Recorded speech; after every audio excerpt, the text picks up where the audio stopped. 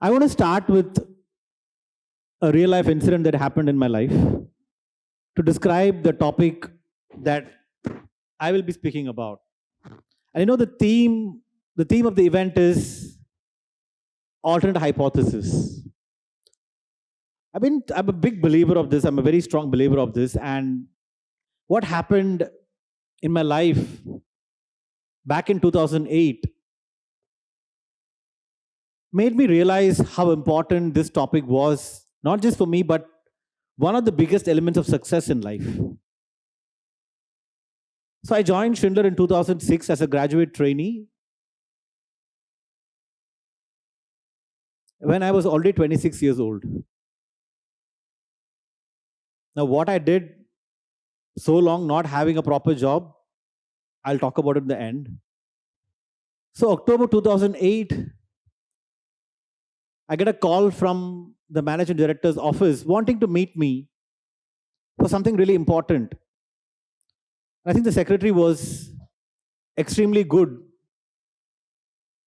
to create a sense of panic in my head by saying that it doesn't seem like the discussion is going to be something good. It could be, a bad mood in the office. And at that point of time, I was just waiting for my permanent residency to happen in Australia so that I can not worry about a work visa. Otherwise, getting a work visa was very difficult.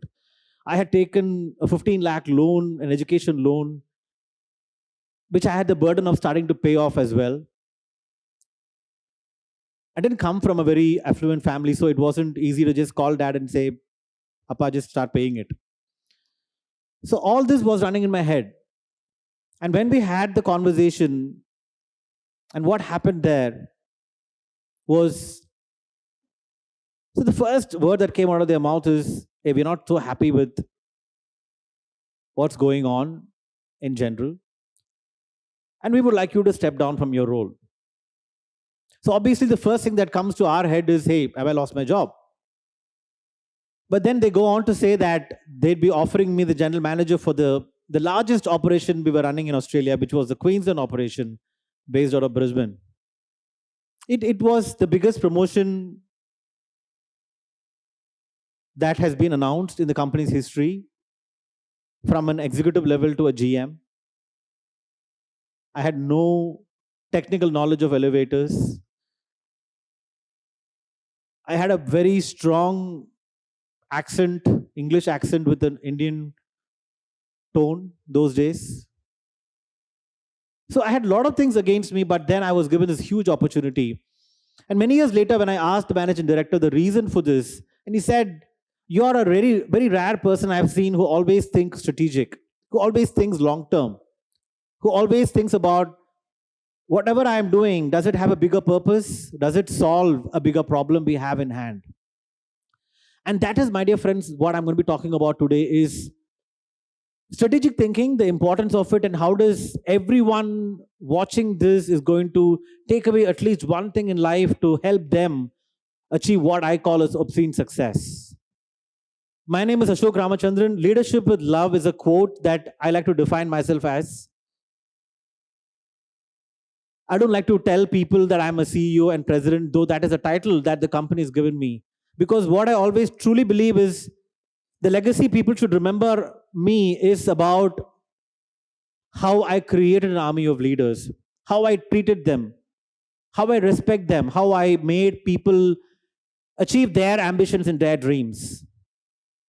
For which I strongly believe the biggest alternate hypothesis, amongst many other things, is to think strategic.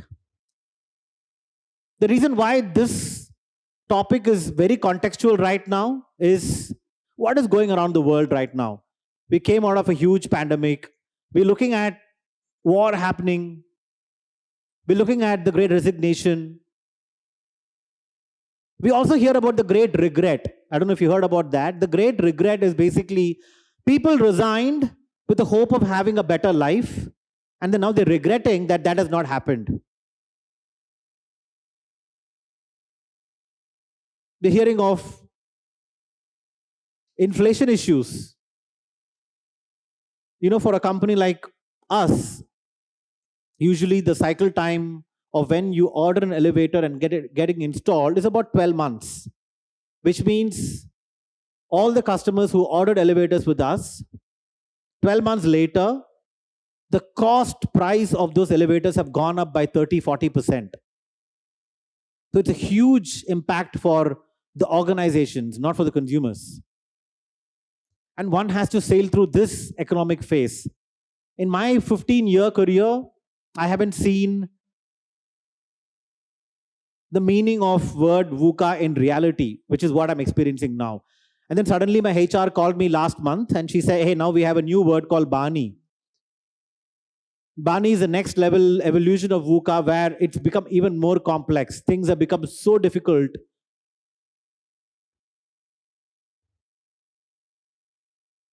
that things have become very brittle. There is no sturdiness. Things are so brittle that the moment you tell an employee that he or she is not doing well, they get upset and they want to quit. Then the A of Bani is anxious. People are so anxious. They're constantly comparing. I have heard a lot of people coming and asking for salary increase, just saying that, hey, my colleague has got a better salary increase, so I need to be getting one. But I'm like, hey, but didn't you get like 20%? Yeah, but he got 22, that's not fair. I'm like, what is your problem? There is an anxiety about what others are getting. The N is non-linear. Things are not linear anymore. Things are very complex. And incomprehensible. People are not able to understand what's going on. So we're basically living in a new term, a new world, and with a lot of FOMO of I want everything tomorrow. People take a lot of short-term decisions. And it amazes me when I see these things every day. When I was Queensland general manager, I was running a $100 million business. And then I got moved to Vietnam as a country head. But it was a $40 million business. Now, traditionally, what I see, most people, whenever we do promotions, they look at the size. Sir, ye to bahut chota lag raha hai. This is not what we wanted to do, kind of thing. But then, are you taking decisions based on looking at all aspects of it? And that is why I'm bringing this topic today with all of you is how do I help every one of you think about a little bit more than tomorrow, next week, and next month? So what is strategic thinking? It's the ability to think long term. It's the ability to understand all that is going around you, come up with simple solutions that you can focus on for the long term. Now, many people wonder, is it just a CEO's job to be long term? Is it just nation that has to be led long term? But in my experience, it's for everyone. Every one of us, not just at work, by the way, at home as well. When you want to marry someone, you probably want to think about whether can I be living with them happily forever. Not just happy with them for the next 6 months or 1 year. Of course, that's probably what may happen, but do we make those long-term choices?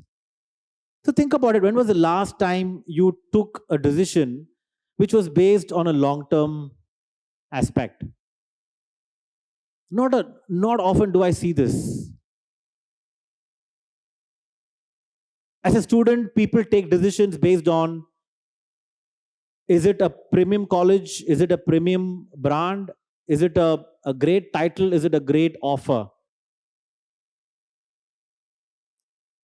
Yes, nothing wrong in doing that. But how often have you looked at, is this company where I'm going to work having a great culture? Are the bosses going to be taking care of me, or are they going to be self-gloated dictatorship style of management?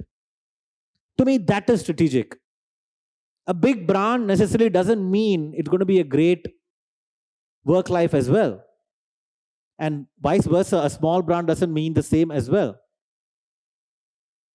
This is why it's important to ensure that everybody understands it is for you, it is for me, it is for everyone.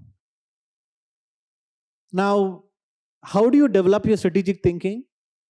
is a topic in its own self, which can go for a week or two. People go to premium colleges to study a whole year on strategy. But let me give you just simple 5 things you can start thinking about to develop your strategic thinking.